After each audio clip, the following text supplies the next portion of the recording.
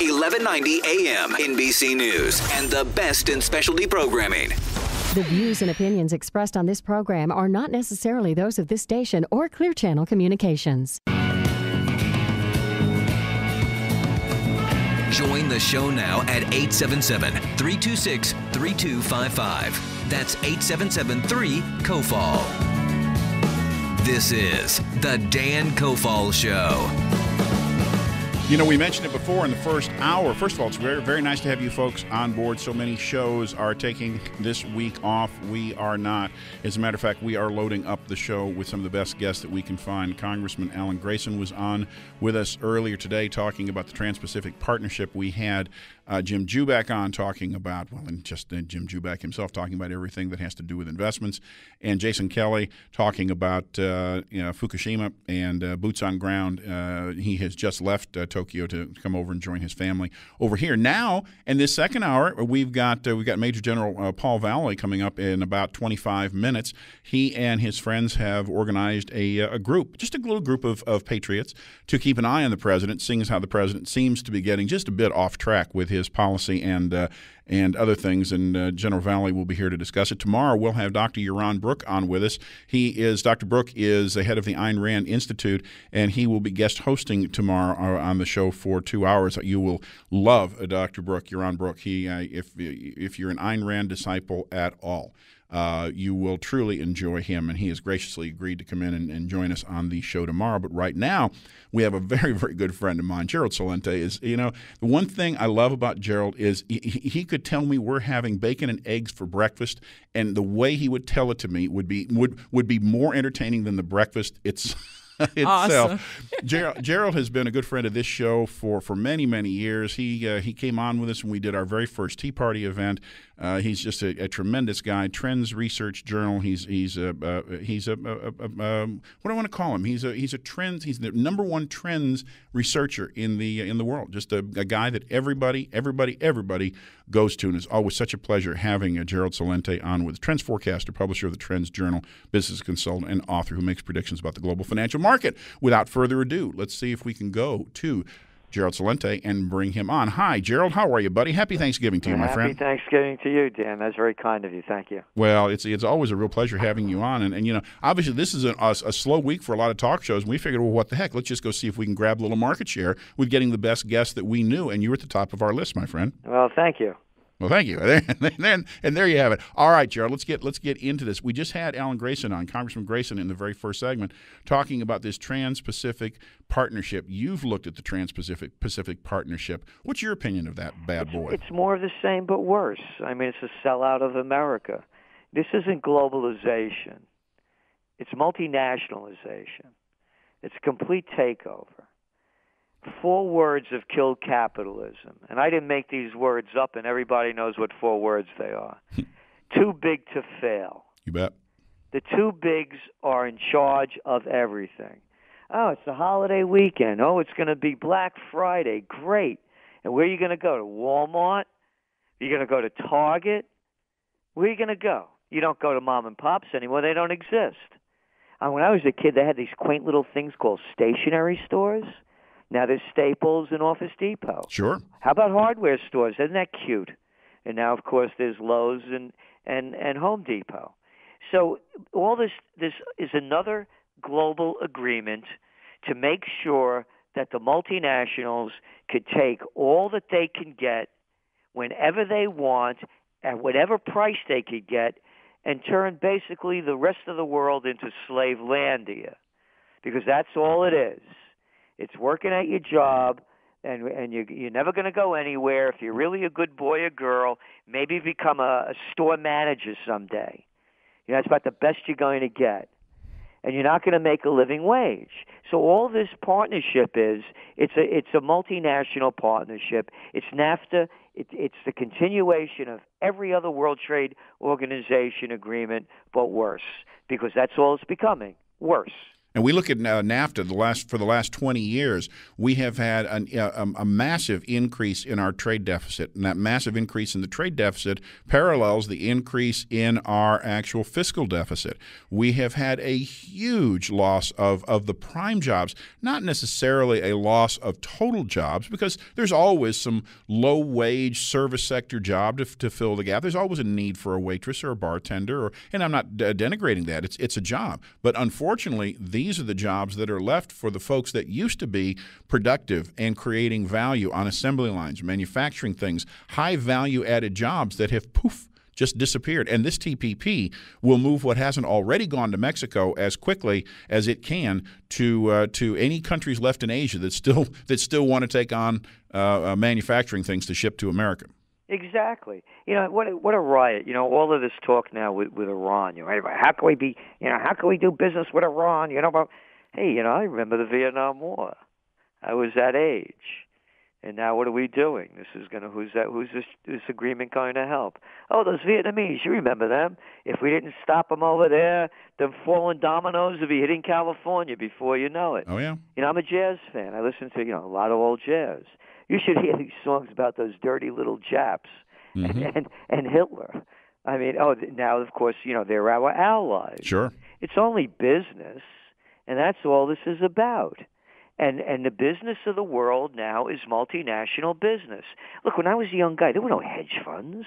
There were no private equity groups. That's right. I just read that this group is going to be selling TGIF, or TGI Fridays, or they call it.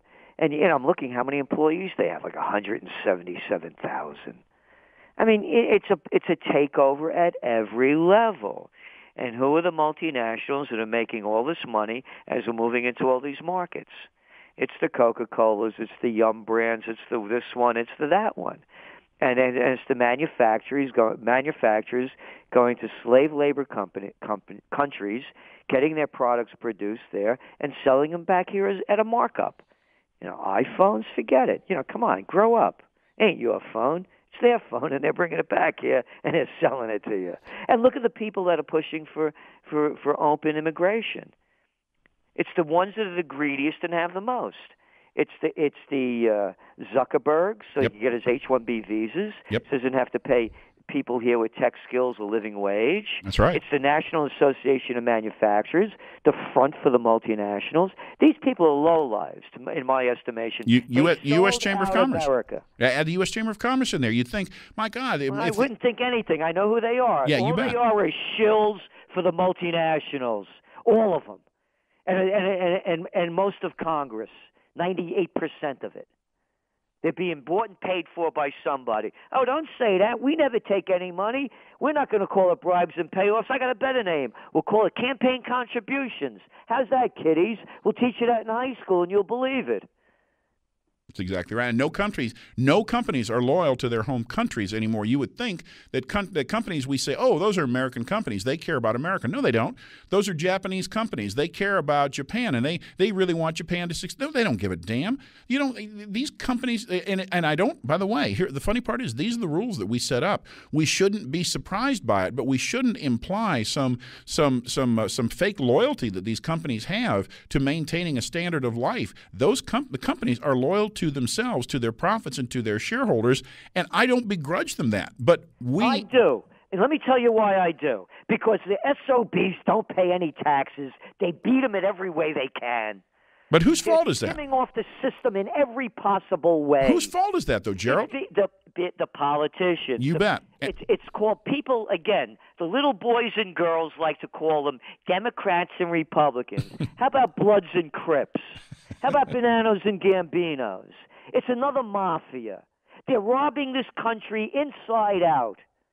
Well, these companies like Google and Apple and Starbucks, they have all of these double dip tax things or double breaks, whatever, Dutch treats, whatever names they make up, where they could skim off all the dough by opening up these phony corporations in Ireland and other places around the globe. They could care less about us. How many more billions do these pigs need? Look at the numbers. Look at the numbers since the recession happened. What? Not 1% got 95% of all the wealth created. Yep, that's right. 400 families own $2 trillion worth of assets in America. That's bigger than the GDP of Italy. It's bigger than the GDP of Canada or Mexico. How about 2,400 billionaires own half the world's wealth, about $35 trillion? And it goes back to what we're talking about. It's a multinational takeover. But let me go back to whose fault it was, Gerald, because I couldn't agree with you more, and you know that. But let's go back and say we, as Americans, had a choice to stop this in the 60s, in the 70s, in the 80s, and even in the 90s. I remember in the late 80s when I was in investment banking, and we were doing things called roll-ups. And we thought roll-ups are the greatest thing in the world. It was consolidating industries. We didn't know. I mean, I was so much younger then. I didn't know that this was damaging the U.S. long term. I thought, wow, we're going to consolidate the fish tank industry. We're going to consolidate the pet food industry. And those roll-ups worked. We as Americans could have stopped this, and because we were the world's consumers. Now we've created a world of consumers.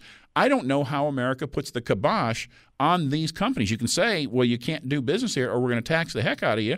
And the only thing that they have that is at stake are their revenues in the U.S. and how much they make off of those revenues. If they keep driving the U.S. into the crapper and destroying the middle class, there won't be any revenues to worry about.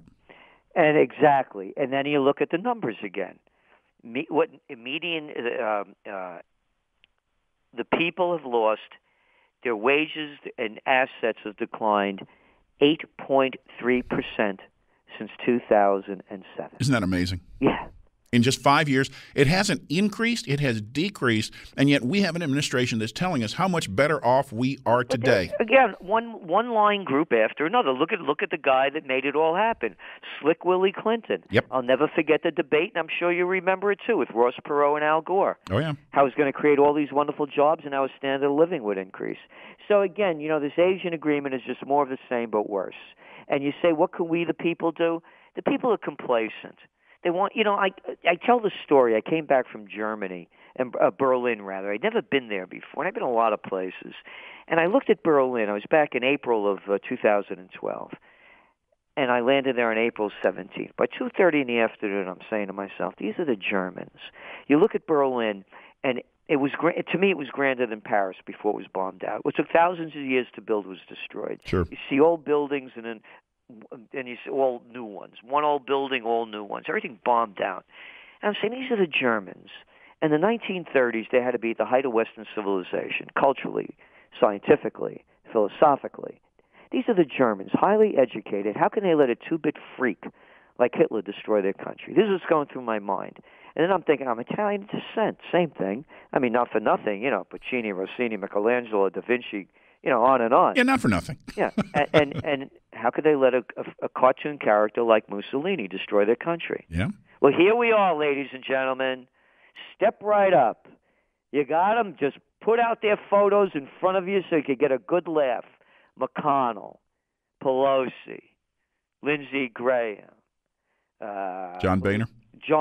Boehner. You go down the list. Look at these people. Harry Reid. You're taking these people seriously? Obama, Bush, Clinton. But we're back to whose fault it was, though, Gerald. And it's that's right. what I'm trying to say. It's back on our shoulders. Fault. Yes. It's the people's fault. They allowed Hitler. They allowed Mussolini. We got Clinton, Bush, and Obama. And we have all these lightweights out there telling, life is hard enough. You try to earn a living, you got health problems, love problems, family problems, and now you got these jerks out there that are screwing with your life who you don't even know. And think about it. Who are these people that they, I went out this past weekend, I'm up in Colonial Kingston, New York. I'm about 20 minutes from Woodstock. And they had the Preservation Hall Jazz Band. It was put on by WDST, the radio station. The owner knows me. He said, I know you like jazz. Come on up. I go there. It was Pig Patrol everywhere you went. Saturday night, the roads were empty. I remember Saturday nights when the roads were packed. You can't go out and have a good time anymore. They'll stop you if you have your license plate light is out. They'll stop you if you're going 10 miles over the limit. They'll stop you. They'll stop you for anything. They watch you when you leave the bar. What's happened to this country? This is the surveillance state, and the people think to this moment that the surveillance state is necessary to prevent terrorism in this country, and that's exactly what they told the Germans in the 30s. And it's exactly what the Cold War was fought over for another phony reason.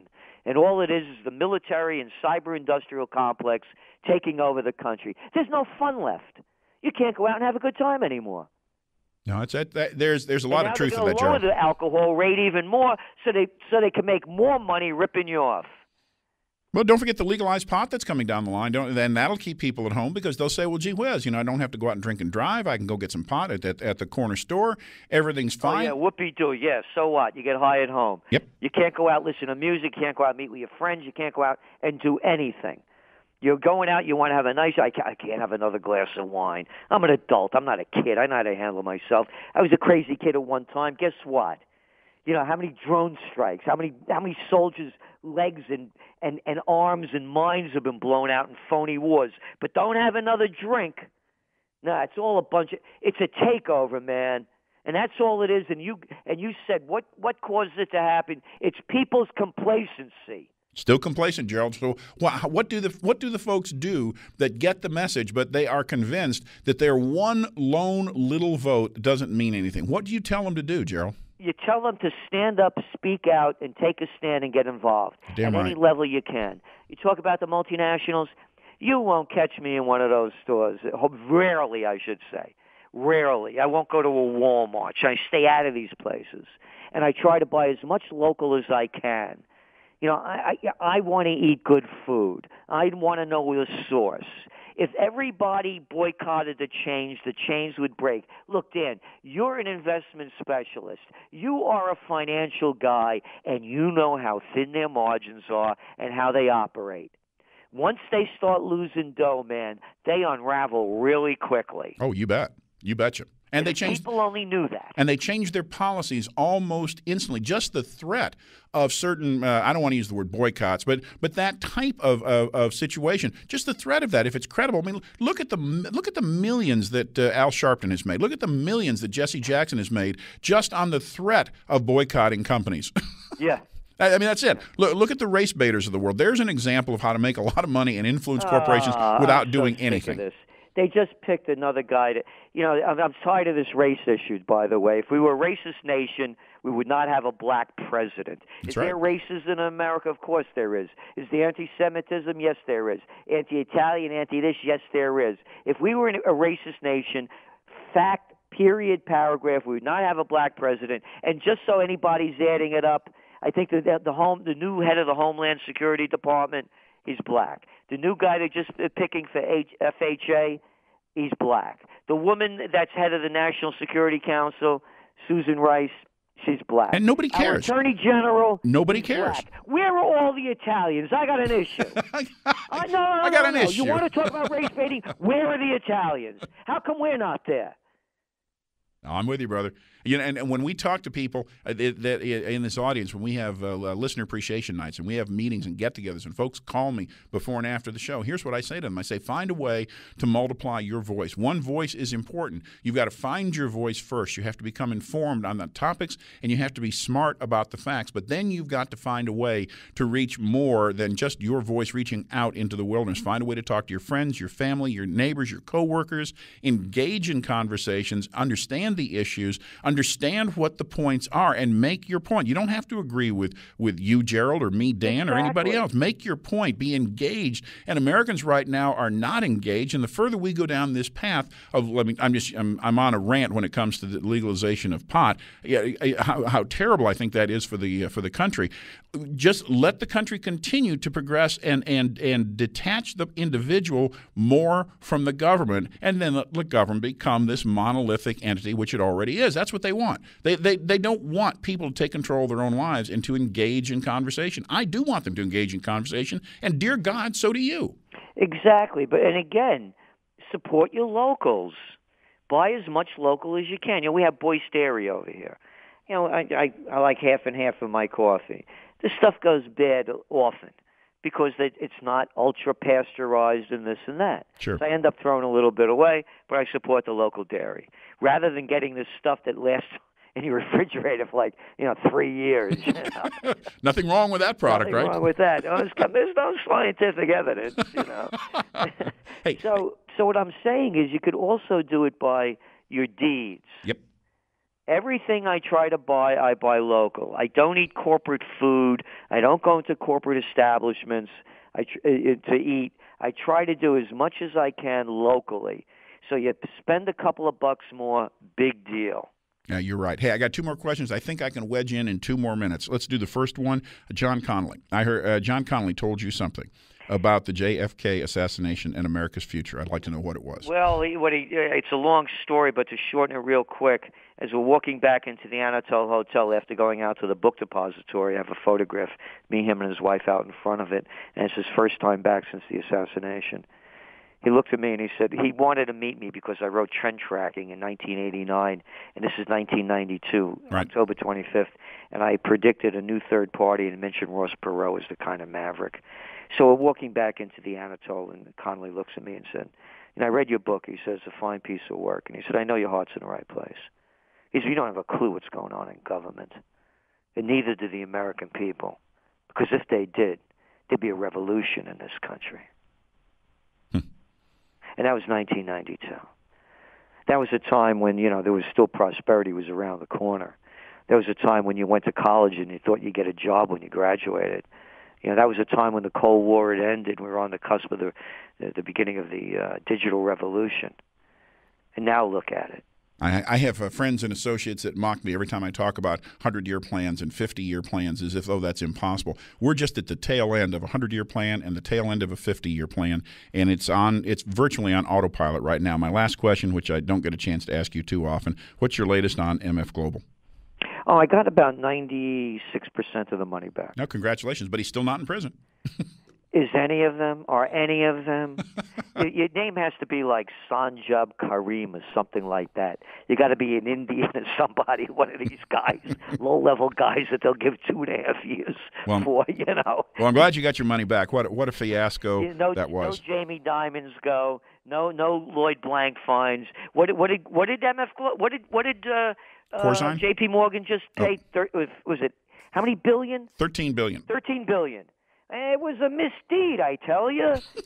It wasn't. We didn't break the law. It wasn't larceny. It wasn't grand theft. It was a misdeed or misled. We misled you. Here's my question for you, real quick, Gerald, and we truly are out of time. How in the world do you do something that's so bad, so heinous, so reprehensible, so against the morals of society that you are fined $13 billion and nobody even goes to jail overnight? How is that possible? Because, as I said, it's the merger of state and corporate powers, too big to fail. By definition, it's called fascism. Yeah, you bet. You bet, brother. That's why it happens. We've turned into a fascist country. The militarization of the police to the surveillance state. Hey, who's listening right now? What jerk, what private contractor did they hire NSA to listen to this conversation now or look at our emails? The founding fathers would be turning in their grave, and they probably are. You bet, my friend. The Trends Journal is the publication. History Before It Happens is its tagline. I love that tagline. Gerald Celente and the Trends Research Institute, forecasting worldwide since 1980. A great friend of ours, a tremendous, tremendous visionary. He really, really has supervision. I hope you go out to the website, TrendsResearch.com. Learn more about Gerald Celente. I know you've heard him everywhere. Gerald, my friend, happy Thanksgiving, and thanks for making the time for us today. Happy Thanksgiving to you and everyone. God bless you, man. Bye-bye. All right.